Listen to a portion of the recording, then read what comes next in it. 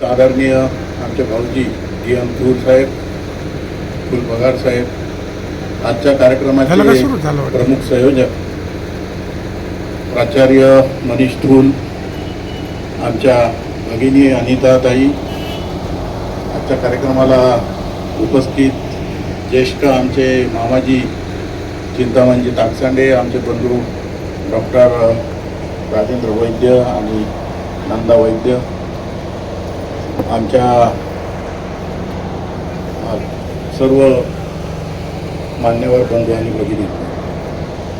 भाऊजींनी 10 ते 15 मिनिटांमध्ये आटोपायला सांगितलं, तर जेव्हा सत्कार होतो माणसाचा तेव्हा त्या सत्कारकर्त्यांनी आपल्या जीवनातल्या काही महत्त्वाच्या घटना सांगायच्या असतात, त्यामुळे त्या 10-15 मिनिटात होणं शक्य नाही. म्हणून मी जास्त वेळ घेणार नाही. सर्वात आधी मी मनीषचं फार मनापासून अभिनंदन करेल की त्यांनी हा माणगाव परिषदेचा विषय घेऊन हा कार्यक्रम लावला. कारण 20 आणि 21ला जे माणगाव परिषद झाली तिचं महत्त्व. आणि दुसरं अभिनंदन आमच्या डी.एम. थूल भाऊजींचं करीन की त्यांनी उत्साहाने या कार्यक्रमाला प्रोत्साहन दिलं. तर सर्वात आधी मला वाटतं भाऊजींचा सत्कार झाला की नाही मला माहीत नाही, पण तो व्हायला पाहिजे. ते जे जीवनमूल्य घेऊन जगलेत, ते ज्या पद्धतीने त्यांनी आपला शिक्षकी पेशा, त्यानंतर मुख्याध्यापक आणि नंतर त्यांच्या संस्था, लायब्ररी, तर हे खूप बोलणारे, भाषणं देणारे आमच्यासारखे खूप असतात, पण प्रत्यक्ष कृतीतून समाजामध्ये कार्य करणारे भाऊजींसारखे फार कमी लोक असतात. परवा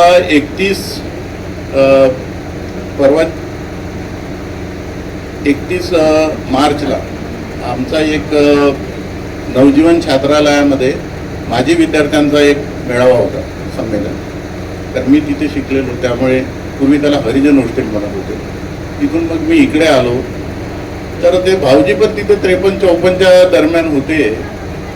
आणि मग तिथे त्यांनी कसा तो त्या वसतिगृहामध्ये संघर्ष केला. वसतिगृहाच्या प्रशासनाने जेव्हा जेवणाचे, राहण्याचे असे प्रश्न निर्माण केले, तेव्हा त्यांनी सांगितलं की एकदा आम्ही दिवाळीच्या सुट्टीत इकडे आलो आणि जेव्हा आम्ही परत गेलो तेव्हा आमच्या जे बेड आणि पेट्या होत्या ते त्या वसतिगृहाच्या बाहेर काढून दिल्या होत्या. आणि मग सगळे विद्यार्थी त्या याच्या पुढे थांबले वसतिगृहाच्या.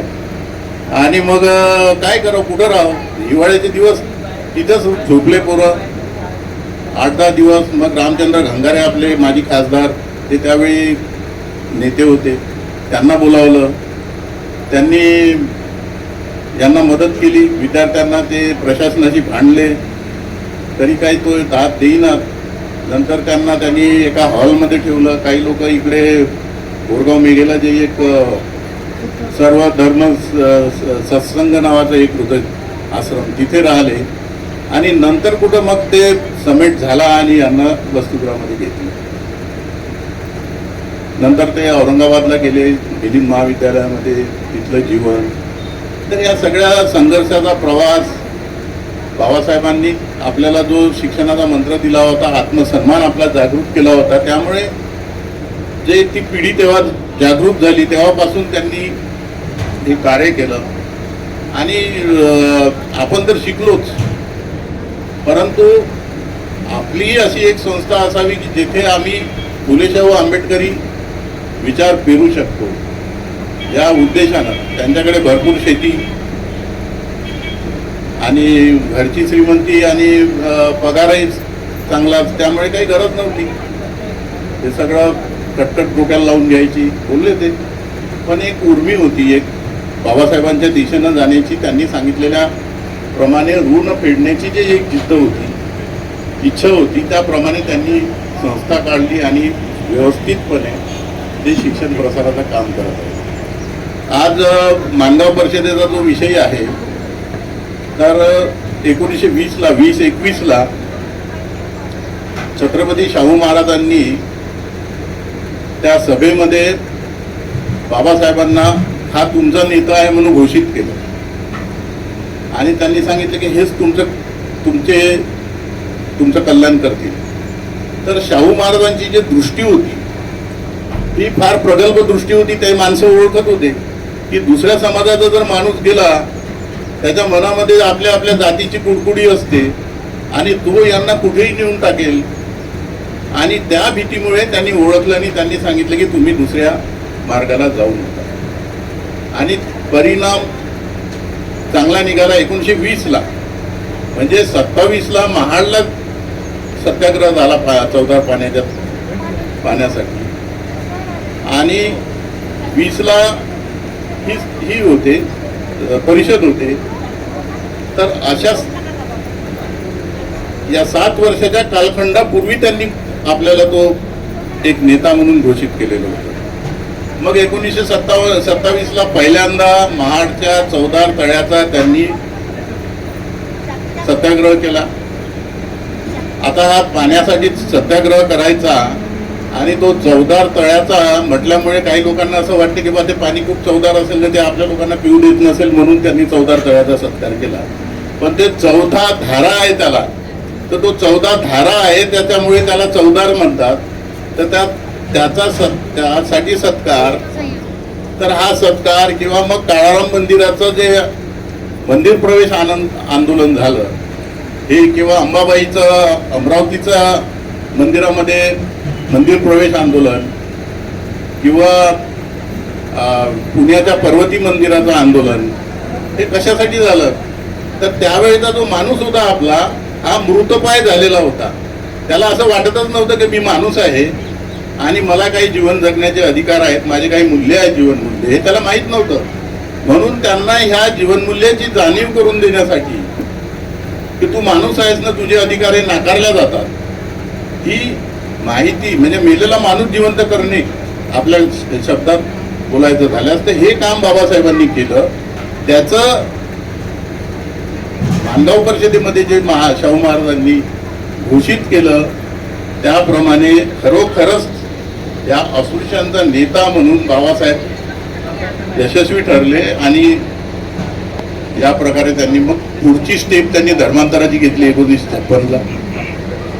आणि आपला आत्मसन्मान, आपल्या चळवळीला आत्मसन्मान चळवळ म्हणतात. तर ही आत्मसन्मान चळवळ त्यांनी सुरू केली, जागृत झाली. म्हणून आज आपण स्वाभिमानानं जगू शकलो, पुढे येऊ शकलो. आज जे आपण नीट कपडे घालतो, बोलतो, चालतो, ही एक संस्कृती आली. त्यांनी अनेक उपदेश केले बाबासाहेबांनी की तुम्ही सरकारी नोकऱ्यांमध्ये जा. सरकारी नोकऱ्यांमध्ये जो समाज असतो त्या समाजाची प्रगती होते, ऊर्जितावस्था होते. आणि बाबासाहेब फार एक महत्वाचं वाक्य बोलले की जो समाज सरकारी नोकऱ्यात नसतो, जो समाज सरकारी नोकऱ्यात असतो त्याची ऊर्जितावस्था होते. आणि इतरांच्या मनातील तुमच्या प्रती असलेली असमानतेची भावना जर काढायची असेल तर तुम्ही सरकारी नोकऱ्यांमध्ये जा. त्यावेळी सरकारी नोकऱ्याच हा मुख्य हे होता व्यवसाय. आणि नंतर मग हे खाजगी वगैरे संस्थांचं प्रस्ताव वाढलं. तर बाबासाहेबांचं लॉजिक काय होते की जो समाज प्रशासनामध्ये असतो त्यांनी पुढे म्हटलं की मुख्याच्या जागा पटकव. म्हणजे आपल्या समाजाची जी इमेज आहे ती इमेज जशी डेव्हलप होणार त्यानुसार तुमच्या प्रती इतरांचं वागणं जे आहे ते सुधारेल. आपण आपली प्रगती केली, नोकऱ्यांमध्ये गेलो. आज इतर समाजाचे लोक म्हणतात हे पुढे गेले, सुधारले वगैरे, म्हणजे चांगलं बोलतात. तर हे एक इमेज, एखाद्या माणसाची इमेज असते तशी पूर्ण समाजाची इमेज असते. ही इमेज वाढल्यानंतर मग तो जातीवादाचा जो इश्यू आहे तो कमी होतो. आज जो काही स्पर्शभेद कमी झालेला आहे, जातीवाद पण कमी झालेला आहे. का झाला? ते लोक सुधारले म्हणून झाला का? नाही, आम्ही आमची प्रगती केली म्हणून जातीभेद कमी झाला. म्हणून ह्या मार्गाने आपल्याला ज्या मार्गाने आपल्याला प्रगती करायची, सांस्कृतिक, शैक्षणिक, या मार्गाने आर्थिक प्रगती करून समाजाची इमेज आपण डेव्हलप केलेली पाहिजे. आणि आत्मसन्मान चळवळीमध्ये काही मुद्दे येतात. आता या जनगणना येत आहे, बरं झालं माझ्याकडे माईक दिला, जरा महत्वाचं सांगतो काही की आता 15 मे ते 16 जून आपल्याकडे जनगणना करणाऱ्याला येणार आहे, जनगणना करणाऱ्याला. तर त्यावेळी तुम्हाला जात विचारल्या जाणार आहे या स्टेजमध्ये आणि घराची माहिती घेणार आहे. तर त्यावेळी आपल्याला अनुसूचित जातीमधील जात सांगायची आहे, तरच आपली ते जनगणना होणार आहे, नाही तर आपली जनगणना होणार नाही. आता त्याच्या मागचं मी लॉजिक सांगतो तुम्हाला की 1956ला बाबासाहेबांनी आपल्याला बौद्ध धर्माची दीक्षा दिली आणि 56ला बौद्धांनाच आरक्षण नव्हतं, अनुसूचित जातीचं आरक्षण संपलं होतं. कारण संविधान अनुसूचित जाती आदेश नावाचा एक आदेश आहे, त्या आदेशामध्ये एक सूची दिलेली आहे. त्या सूचीमध्ये ज्यांचा समावेश असतो त्यांनाच आरक्षण मिळतं. प्रत्येक राज्याची सूची जी आहे ती केंद्र सरकारने केलेली आहे. महाराष्ट्राची सूची जी आहे ती पण केंद्रानेच करून दिलेली असते. आपल्या इथे 59 जाती आहे ज्यांना अनुसूचित जातीचं आरक्षण मिळतं आणि महाराष्ट्रामध्ये 13% मिळतं, केंद्रामध्ये 15% मिळतं. तर आपण धर्मांतर केल्यानंतर महाराष्ट्रातल्या रिपब्लिकन पार्टीच्या नेत्यांनी मागणी केली की आम्हाला आरक्षण मिळावं अनुसूचित जातीचं म्हणून. तर सुरुवातीला 1960 पासून महाराष्ट्रांना बौद्ध म्हणून आरक्षण मिळायला लागलं. परंतु हे आरक्षण देणं हे केंद्र सरकारचा विषय आहे. तरी पण राज्य सरकारने स्वतःच्या जबाबदारीवर म्हणा आरक्षण महाराष्ट्रापुरतं दिलं, त्याला सर्टिफिकेटही दिले की अमुक व्यक्ती हा धर्मांतरित बौद्ध आहे आणि हा अनुसूचित जातीचा आहे. परंतु केंद्राचं आरक्षण मिळत नव्हतं, त्याच्यासाठी बरेचसे आंदोलनं झाली. एक मधल्या काळामध्ये मोरारजी देसाई पंतप्रधान होते, त्यावेळी आपली काही मंडळी शिष्टमंडळ घेऊन मोरारजींना भेटायला गेले, तेव्हा मोरारजींनी स्पष्ट म्हटलं तुम्हाला बौद्ध व्हायचं कोणी सांगितलं म्हणून. तेव्हा इतकं मोठं आंदोलन पेटलं होतं की आमच्या वर्धेला ते अशोक वाघमारे एक पॅन्थर होते, भास्कर भगत होते, ते आमचे भीमराव लोहकरे होते, पॅन्थरचे कार्यकर्ते होते त्यावेळी. तर मोरारजी तिकडून आले एकदा वर्धेला, तर त्या पोलीस स्टेशनच्या तिथे त्याच्यावर चप्पल फेकली होती. त्यांना खूप मारलं, अटक केली. मग मी एकदा नाशिकला कार्यक्रम घेतला, त्यांना तिघालाही बोलावून सत्कार केला होता त्यांचा. तर मग पुढे आंदोलन झाली, दिल्लीला जंतर मंतरवर आंदोलन झालं. 1990ला BP सिंग पंतप्रधान असताना बौद्धांना आरक्षण देण्याचा ठराव पास झाला. अनुसूचित जातीचं आरक्षण हे बौद्धांना लागू झालं. सुरुवातीला हिंदूंना होतं, नंतर शिखांना झालं 1956ला सप्टेंबर 56ला, नंतर 90 पासून बौद्धांना लागू झालं. परंतु ही धार्मिक पात्रता दिली. अनुसूची असते एक, संविधान अनुसूचित जाती आदेश नावाचा जो आदेश आहे त्याच्या खाली एक यादी असते, त्या यादीमध्ये जातीची यादी असते. त्या सूचीमध्ये धर्मांतरित बौद्ध हा शब्द टाकायला पाहिजे होता, तो शब्द त्यांनी टाकला नाही. जुना महार मांग जेवढे 59 कास्ट आहे ते राहिले.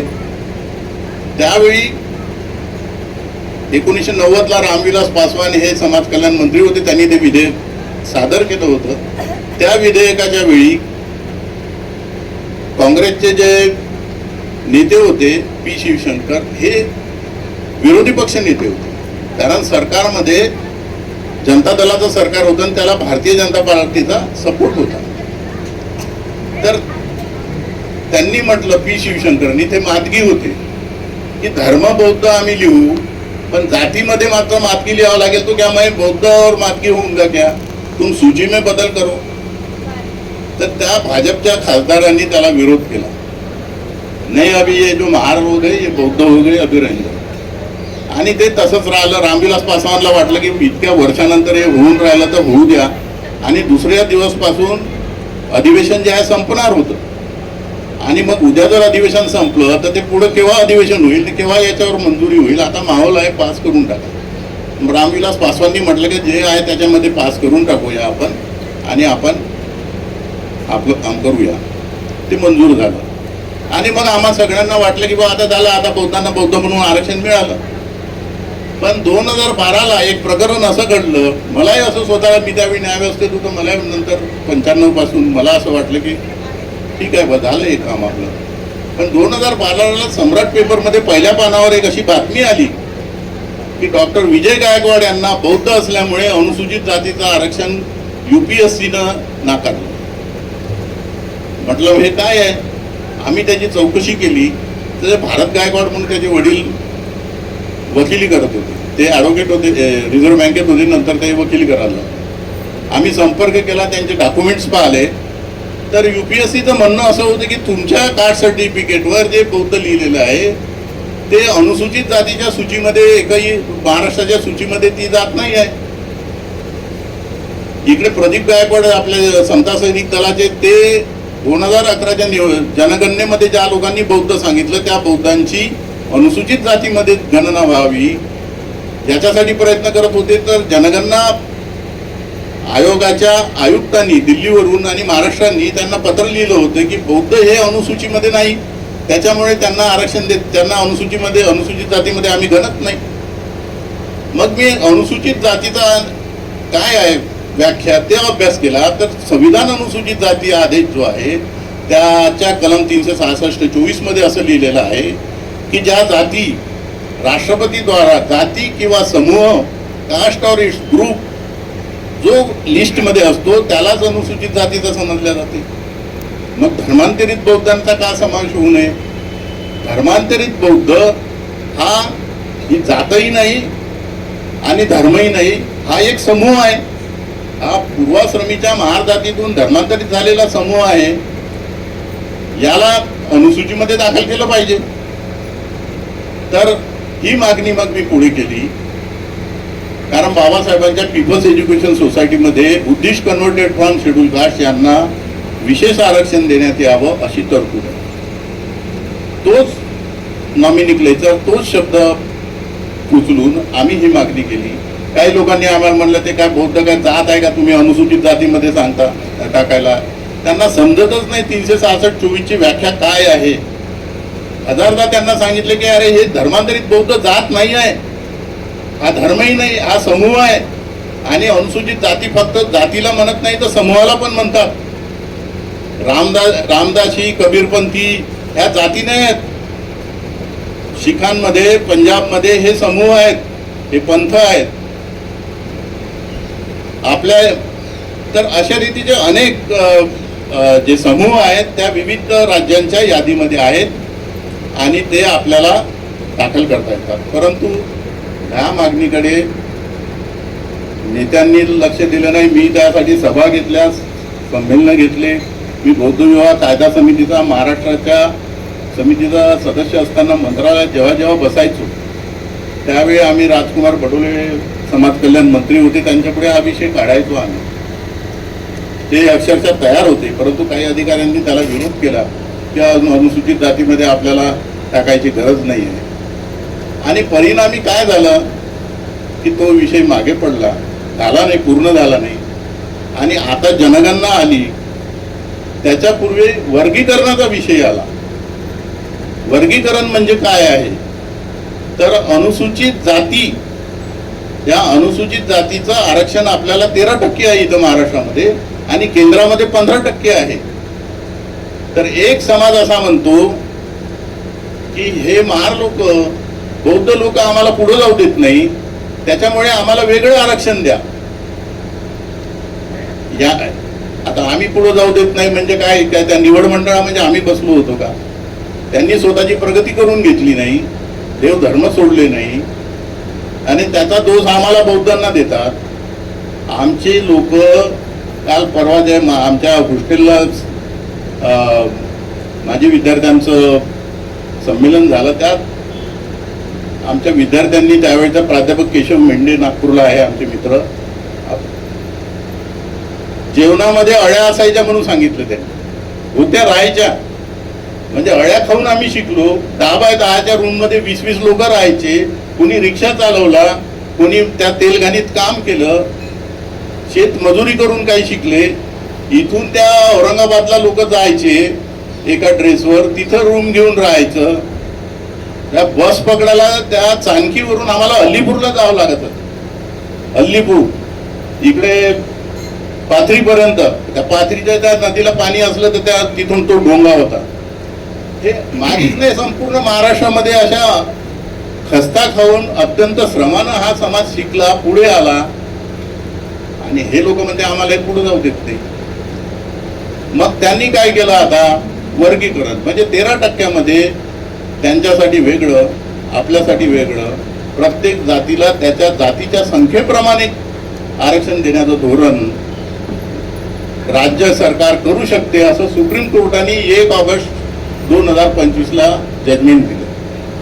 परिणामी काही राज्यांमध्ये, कर्नाटक, आंध्र प्रदेशांमध्ये, तिकडं पंजाब आणि हरियाणामध्ये वर्गीकरण झालं.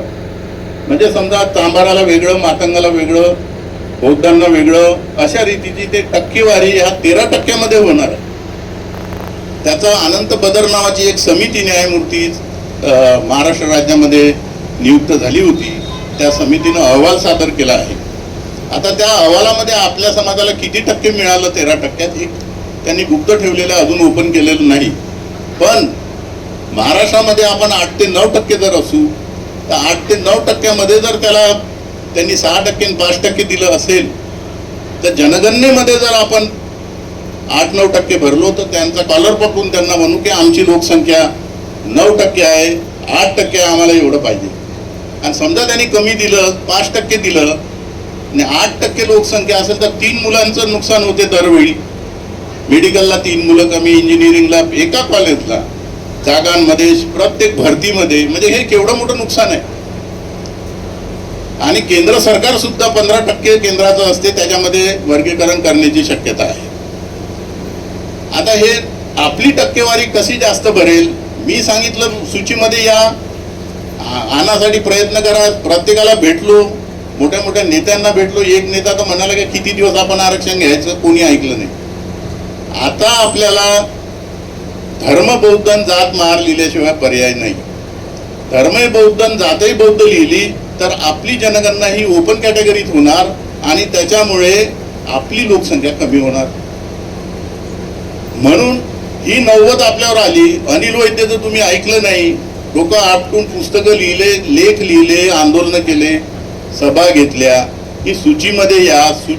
असं का करावं लागणार आहे, तर सूचीमध्ये आपण नाही. आपण जर धर्मांतरित बौद्ध म्हणून नसतो तर आपल्याला बौद्ध म्हणून आरक्षण मिळालं असतं. पण या आत्मसन्मान चळवळीमध्ये हा मुद्दा सिरियस घेतला नाही.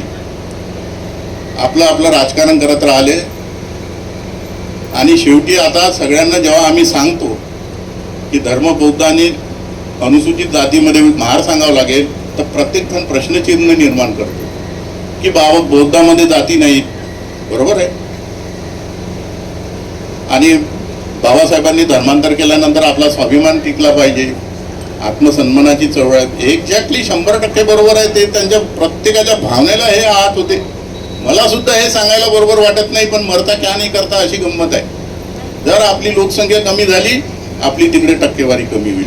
ब्रिटिशांच्या आता जो कायदा आहे त्या कायद्यानुसार आपल्याला धर्म बौद्ध जात मार लिहिली तरच आपली लोकसंख्या वाढेल. ब्रिटिशांचा तसा कायदा आहे, म्हणजे संविधान अनुसूचित जाती आदेशनुसार हा कायदा आहे. जर समजा ब्रिटिशांच्या काळातही असे कायदे होते जे भारतीयांना पसंत नव्हते, पण त्यांना ते फॉलो करावं लागायचे, तर त्याच धर्तीवर शेवटी आपण धर्म बौद्धच सांगणार आहे. आपला स्वाभिमान कायमच राहणार आहे. तर हा फार कळीचा मुद्दा आहे.